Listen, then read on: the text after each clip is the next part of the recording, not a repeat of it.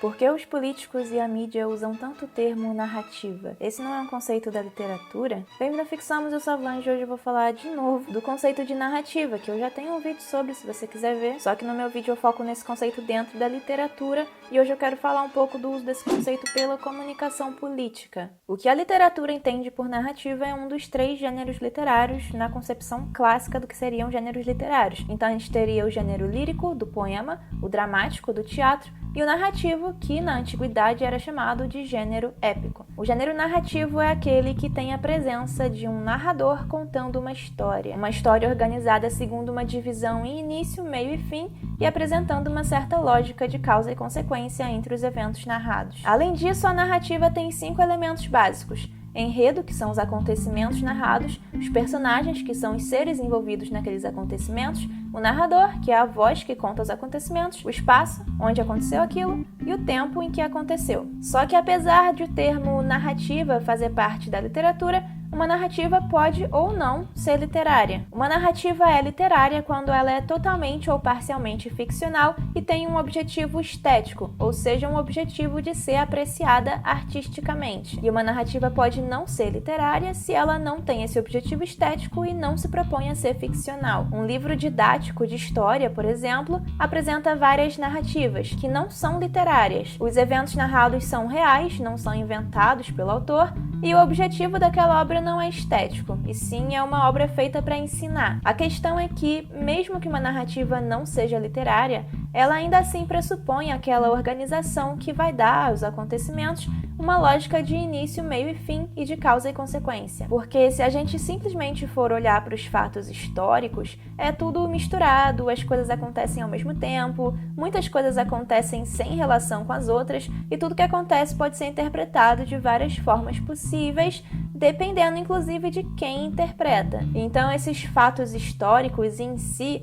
não são uma narrativa. Eles só vão ganhar essa organização narrativa quando o historiador seleciona os fatos que ele vai contar, seleciona os personagens históricos que são importantes para se entender esse fato, delimita um recorte espacial e temporal e busca explicar numa certa cronologia quais são as relações entre os acontecimentos. E aí a gente consegue ver que organizar uma narrativa a partir de fatos reais envolve uma série de seleções. Isso faz com que, por exemplo, 2 pessoas diferentes possam organizar os mesmos fatos reais de formas diferentes, de acordo, por exemplo, com o que essas pessoas querem que o público entenda daquela narrativa. Se você briga com seu irmão e não quer ficar de castigo, você vai apresentar os fatos para os seus pais a partir de uma narrativa que te faça parecer o herói e não o vilão. Então dá pra gente dizer que mesmo quando uma narrativa não é literária, não é ficcional, ainda assim existe ali uma característica de criação, ou por que não dizer de manipulação mesmo. Por isso que o cenário político tem se apropriado cada vez mais desse termo narrativa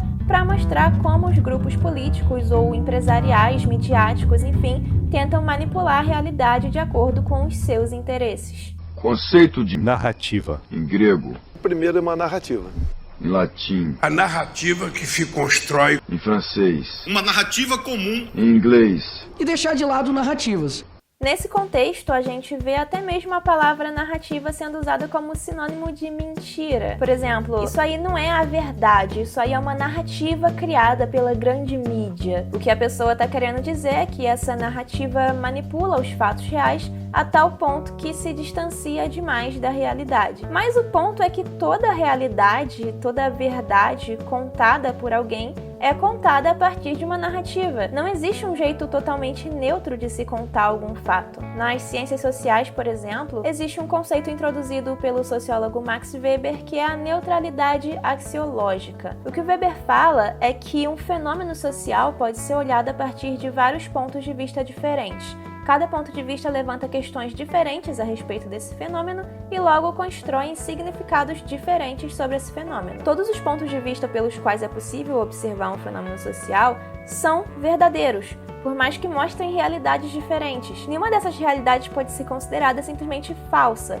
Todas elas fazem parte da constituição desse fenômeno. Diante disso, caberia ao cientista social ter a consciência de quais são os pontos de vista que ele está selecionando e quais são os pontos de vista que, consequentemente, estão ficando à margem quando ele vai produzir conhecimento sobre um determinado fenômeno social. Ou seja, é inevitável adotar uma perspectiva sobre um assunto, mas isso pode ser feito de modo que o seu estudo não fique tendencioso, porque olhar o mundo através de uma perspectiva não significa necessariamente defender essa perspectiva. E a neutralidade não seria a inexistência de pontos de vista, e sim a consciência e o controle de quais pontos de vista estão sendo tratados e como eles estão sendo tratados. E eu acho que esse modo de enxergar a neutralidade, não como uma neutralidade absoluta, que seria impossível, mas sim como essa consciência de qual é o tipo de neutralidade possível, eu acho que isso pode ajudar a gente a escapar um pouco da sensação de que não dá para acreditar em nada, porque afinal tudo é narrativa. Porque convenhamos, se a gente acreditar que a verdade só tá naquilo que a gente pode ver com os próprios olhos, já que todo conhecimento transmitido passa por alguma narrativa de alguém, se a gente acreditar nisso, a gente vai se negar o acesso a muito conhecimento. Isso seria se impor uma limitação que não faz sentido. O melhor jeito da gente se informar sobre as coisas é buscando diferentes narrativas sobre os mesmos fatos. E a gente tem que ter a consciência de quais são essas perspectivas e contra quais outras perspectivas elas se colocam. E não só isso, qual é a complexidade ou a simplificação dessas narrativas, o que elas estão incluindo, o que elas estão deixando de fora, qual é a qualidade argumentativa dessas narrativas e a partir de que comprovação elas se validam. A partir daí é que você consegue entender em quais narrativas você confia,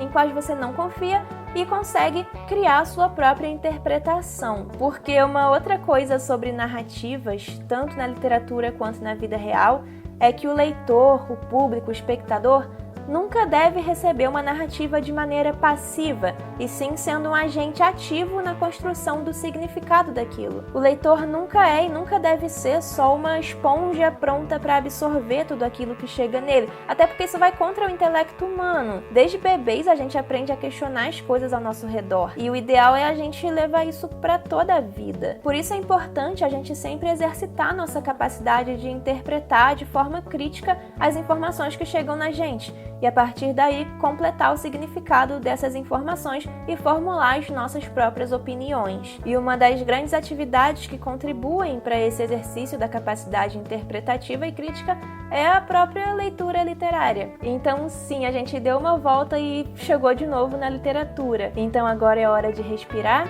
fazer um chazinho e ler um bom livro. Inclusive, se você quiser dicas de leituras, eu tô sempre apresentando e recomendando livros nos vídeos aqui no canal. E se você gostou desse vídeo, compartilha com outras pessoas, deixa um like para ajudar o canal e até a próxima.